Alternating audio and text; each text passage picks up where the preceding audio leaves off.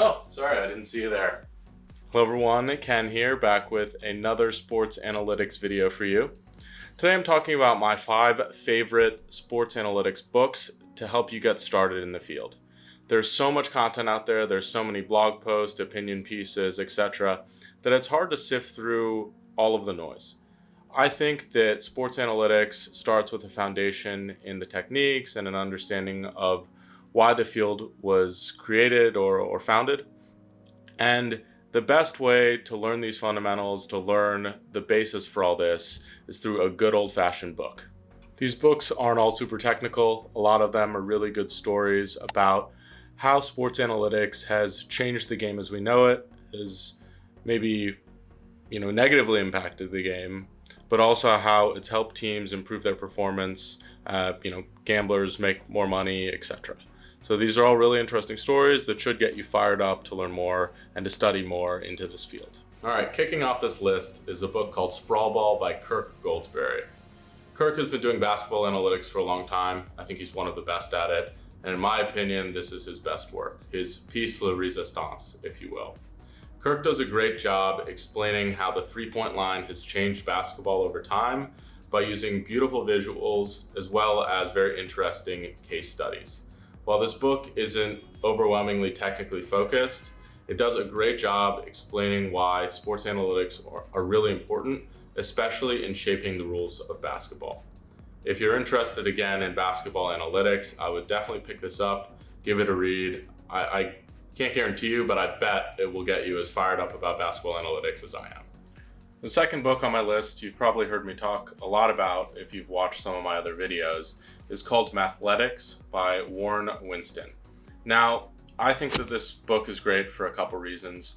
First, it covers the 3 main sports, basketball, football, and baseball in great depth, and it gives you the mathematical foundations for a lot of the sports analytics that are used there. This book serves as a practical how-to guide for doing all of these analyses.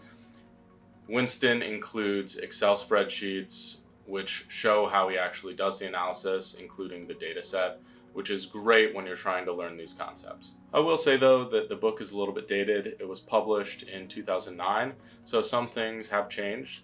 But again, the fundamental mathematics behind these sports, those concepts are generally timeless. So the third book on this list is called Trading Bases by Joe Pita. Joe Pita was a Wall Street trader who, through turns in the market and through some accidents, ended up leveraging this skill set into betting on baseball. Now, in this book, which is a bit of an autobiography of Joe, he also really dives into the statistical methods that he used to make his bets, his predictions, etc. And this book is great because it gives you some insight into the power of these tools. They can actually help teams win, they can help you make money, and it shows the actual end result. His being, he got a fat stack of cash in his wallet. So the fourth book on this list is close to my heart. It's called Every Shot Counts by Mark Brody. This is the foundation for almost all of golf analytics. Mark Brody created this concept called strokes gained, which lets you compare individual shots, so putts, iron play, drives, to each other in terms of how much they've impacted your total score. This, again, the strokes gained concept has absolutely revolutionized how we evaluate golfers, how we predict golf outcomes, etc. So if you're interested in golf, like I am, definitely check that out. I've made a video explaining strokes gained as well, and check that out above if you're interested in learning more about that concept. Rounding out this list is a book that many of you probably have already read, and that would be Moneyball by Michael Lewis. Now, this book, in my opinion, really started the sports analytics revolution. Obviously, it was going on in baseball before this book came out, but when this was publicized, other sports really started taking note and began to understand the power of data, the power of good decision making. I love this book because it's an underdog story.